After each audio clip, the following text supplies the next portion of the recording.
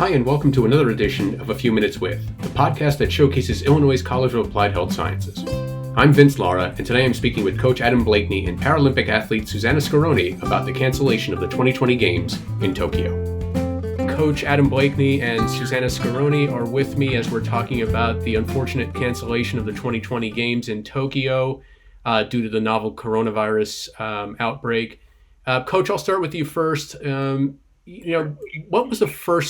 What was your first reaction to hearing about the cancellation of the games? That was my expectation, it was. So I wasn't surprised. That was I based on the way things had moved and over the last month. But it was all the indicators suggested that the games were going to be.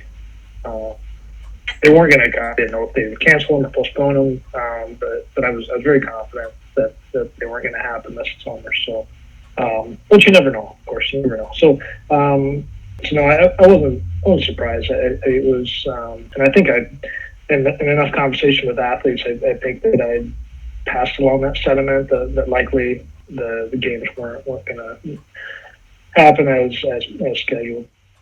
Yeah, I should clarify they were postponed, not canceled. But and Susannah, what did you think? Obviously, as the coach said, this had been coming for quite some time. It seemed like. Yeah, I think you could definitely feel that was the way it was progressing. I think the question everybody had was, what will the situation be like in August? But by this point, training and also qualifying events had been so disrupted that it was pretty obvious and it made sense. Yeah, I was going to ask if you both thought that was the right decision, but clearly you do. Would you have preferred it would have been later this year if possible, or does it make more sense for 2021? Maybe Adam has a better answer. I don't know. Yeah, my preference would be that they push it back to next summer and align with the traditional track and field season, which is major competitions in late summer, early fall. We've been struggling with that as it is, with some of our world championships being scheduled in non-traditional times, and from a competition, seasonal competition standpoint, that makes it a little bit more challenging to plan for and prepare. Create and who knows when it's going to be? I guess we don't.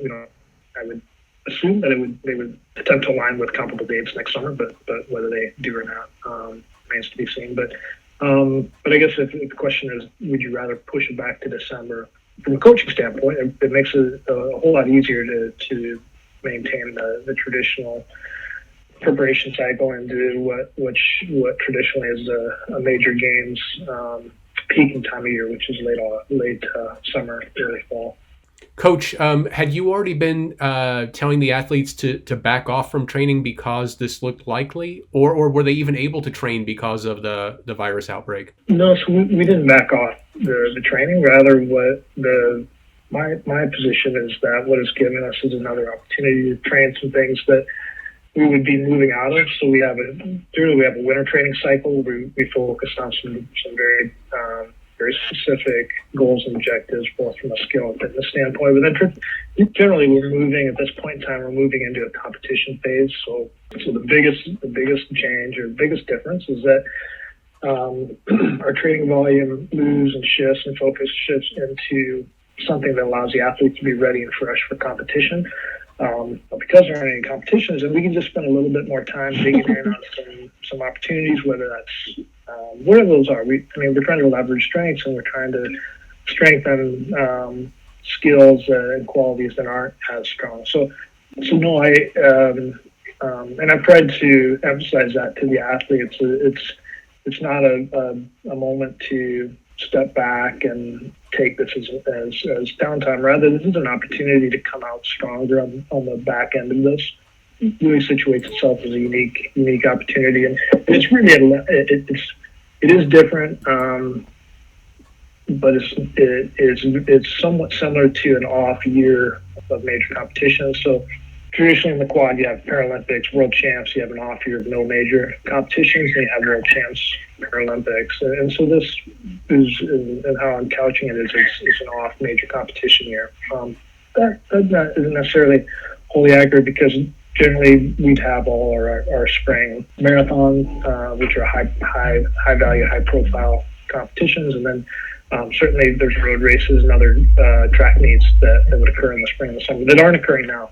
Those major marathons at this point have been pushed back into the fall, so that'll be a very, very busy fall for the athletes with Boston, London, Chicago, New York City, Berlin. If anybody's going to do that, that's a lot to bite off, I think.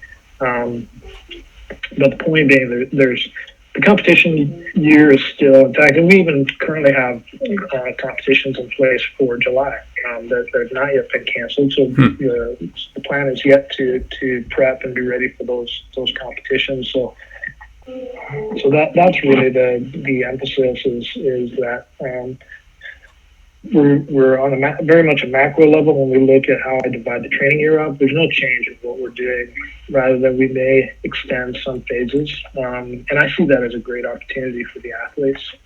And that's interesting. I was going to ask Susannah, like, what happens now for an athlete, but it sounds like you stay in the same mode. Like, nutrition and training don't change at all?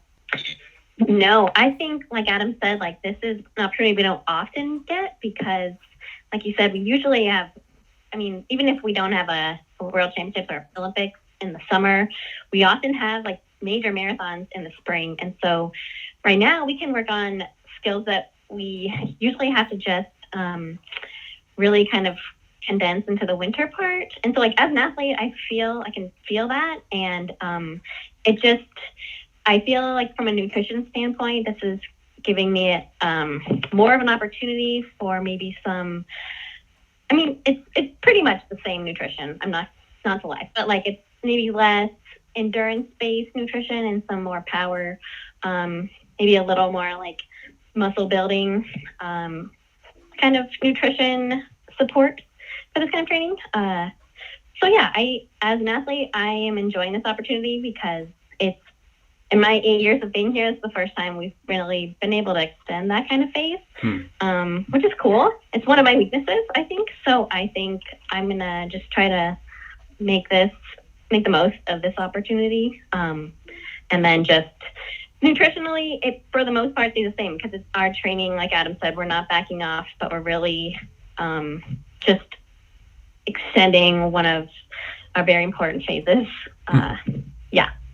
Coach, for you, is it difficult to keep the athletes motivated? And I mean, I hear it from Susannah; she's definitely motivated still. But does that become a difficult thing to deal with? Not with this group that I work with.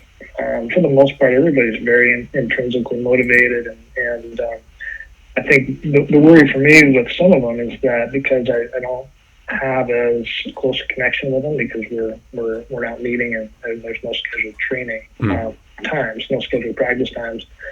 I think they would be pretty good about following my prescription in terms of what I'm limiting them to do rather than them doing extra work. I think they're more likely to do extra training because training out of their apartments or their houses, and so.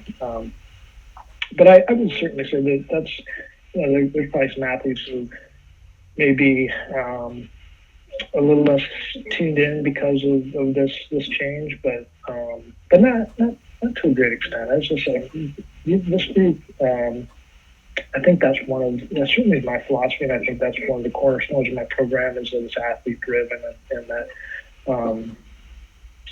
I'm not a cheerleader and I don't pull the athletes along with their training. I push them in the right direction, and then it really then becomes a product of their intention and effort. And so I think that I guess to go into that a little bit more, and that's one of my goals with my coaching style is to create this entrepreneurial drive and intention and desire so that the athletes takes ownership over their training and their development. And I think this is a perfect situation where if you've ingrained that and you've developed that skill set, but this is a situation where that value presents itself, and they can very much leverage those skills that they develop, rather than an athlete who we don't. It really feels as if it's they have to go to training every day, and they're getting yelled at and pushed in order to do something, and it becomes a product of them being forced to do something rather than the opposite. I think athletes who are in that type of system will probably be less inclined to train when they don't have a taskmaster with a whip telling them what to do. But that's not hopefully that's not the case with these athletes, because they're doing this for themselves, and they understand the value that comes from the day-to-day process of setting a goal and aspiring to that, and just the development that takes each day. And I think this is a little long-winded answer, but I think from a standpoint of keeping an appropriate frame of reference with when any major games are canceled, if the emphasis is on and the value of why you participate in sport is the day-to-day participation and intention of becoming just a little bit better and moving just a bit closer toward being a little more excellent each day. And that's to me, that's the value of sport and the takeaway. And hopefully that's what I emphasize, so that even at a time like this, they really do understand and see the value of wheelchair racing, wheelchair track for this specific group of athletes. Mm-hmm. Susannah, this may not apply to you, but does the moving back of the Paralympics affect whether you'll compete in 2021? Because you're in a PhD program at U of I, correct? I am currently in a master's program. A master's program, sorry. It's a long one. However, I am not. I'm gonna be confident and say no. It's going to be a little restructured. If I requalify for the team, but I'm not. It's not a big concern. Mm-hmm. And in fact, this actually might enable me to get through some of the data collection for my thesis a little bit sooner. Additionally, so it might present an opportunity for me to have my study completed before the games, unlike what I was planning to do now was try to, schedule that data collection in and around the games. So there might be some restructuring, but it's not a major concern. Mm-hmm. And Coach, for you, do you have any athletes that might not compete now because of, life circumstances, whatever? Mm-hmm. And if that is the case, what do you tell them? Because there's got to be obvious disappointment there, I would imagine. Yeah, I do, and so I don't know where they'll fall. I think likely or not they'll just extend their career another year in order to compete. With being that the end goal was to compete in the Tokyo Games, so it's a nice bookend to their career. So it'd just be 2021 instead of 2020. That's a really good way to look at it. Susannah, you mentioned, do you have to qualify for 2021? You wouldn't be automatically given that status because you had it for 2020? I don't actually know the answer to that. I'm not sure if Adam does or if it's known yet at all. It's not. They haven't worked through that just because of up till yesterday that they were still moving ahead with track trials. But you raised a good question. And Susannah asked that this morning, right. and I said, you're right, that there were 4 athletes, right? 4 athletes that had qualified. I think 3 technically, just only 3, because of some odd criteria, though, in the first place. So 3 athletes had qualified for the team via a marathon allocation. So that was Daniel, Tatiana, and Susannah. And so my assumption is that they'll have to rerun the trials and wherever that may be, maybe Chicago. I don't know. I would think that they would have to requalify for the team, which isn't an issue for any 3 of those athletes. But can't imagine that they're going to that they would name someone to the team with almost 24 months in between. Is that right, Doc? My math isn't good, but a good amount of time between when the qualification occurred and when the competition takes place. That's a pretty good disconnection between those two events. So, but I don't know. I'm sure there's a legal framework that needs to be worked through, and so this is all new and novel. So we'll have to wait and see what they decide.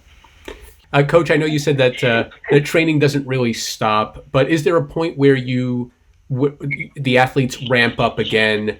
Yeah, competition specific to the games would be next spring. Okay. So you would just take this cycle, so and then transplant it to next spring and summer in terms of the prep and depending too on generally the schedule. Our circuit is pretty similar every year. I mean, there's very, very little variation in terms of the dates of when different meets occur, maybe a week or two forward or backwards. So a lot of the general construct would be the same. It'll be different because it's 2021 and not 2020. So every athlete has another 12 months of training under their belt and another year of experience. So that changes if you get into the weeds, that does change some of how each athlete prepares.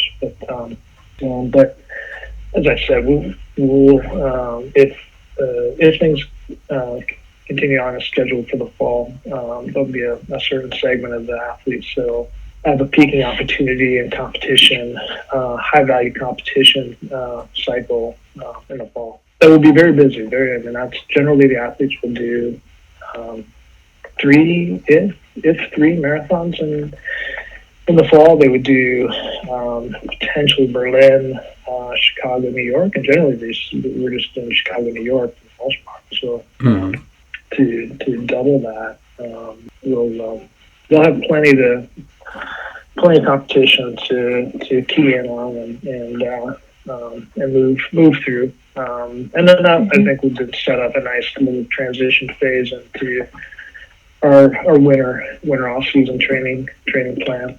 And then we come into next winter with an extended winter of 2020. So then that creates a nice solid foundational piece from which we can work towards our Paralympic specific preparation. In closing, just want to ask a last question. Yeah. In closing, just want to ask, do you think that Tokyo or the IOC could have done anything different in how this went down? I guess I could start. I don't think so. In my opinion, I think, they waited as long as possible, but they also didn't go the extra 4 weeks that they were kind of giving themselves. It was obvious, and they made the decision as early as they could. And so, there's really no way to have prevented this. I feel like I think the world kind of is realizing that it has to clamp down on it. But other than that, I don't think the IOC had much that they could have done differently. Yeah, I don't have any issues with the IOC. I would say that my real point of frustration with this was with the International Paralympic Committee, and that when this was announced, and I read it about 7:30, just minutes I think after it had been posted, I was on the website and all the verbiage only referenced the Olympics. At that point, there was about an hour window where there was question as far as, well, is it just the Olympics or the Paralympics too? Is it the fact that the media typically ignore the Paralympics, and that was their reference point. And so I had emailed a few different people in U.S. Paralympics, and then finally the IPC offered an official statement, and it was, I don't know what it was. So anyway, that was my only complaint. I was pretty fired up, and that 45 minutes to an hour, I was like, why have they not made an official statement? Sure. And so because I wanted to connect with all the athletes as soon as I could, and it wasn't 45 minutes isn't that long time, but it just seemed to me that there should have been some anticipation or expectation that was going to happen, and to be immediately follow up with that. When the IOC makes a statement, then from my standpoint, the IPC should immediately piggyback on that and make an official statement too, and clarify any confusion on whether it's just the Olympics or whether it's Olympics and the Paralympics. So there you have it. My thanks to Coach Bleakney and Susannah Scaroni. For more podcasts on Illinois College of Applied Health Sciences, search A Few Minutes With on iTunes, Spotify, iHeartRadio, radio.com, and other places you get your podcast fix. Thanks for listening, and see you next time.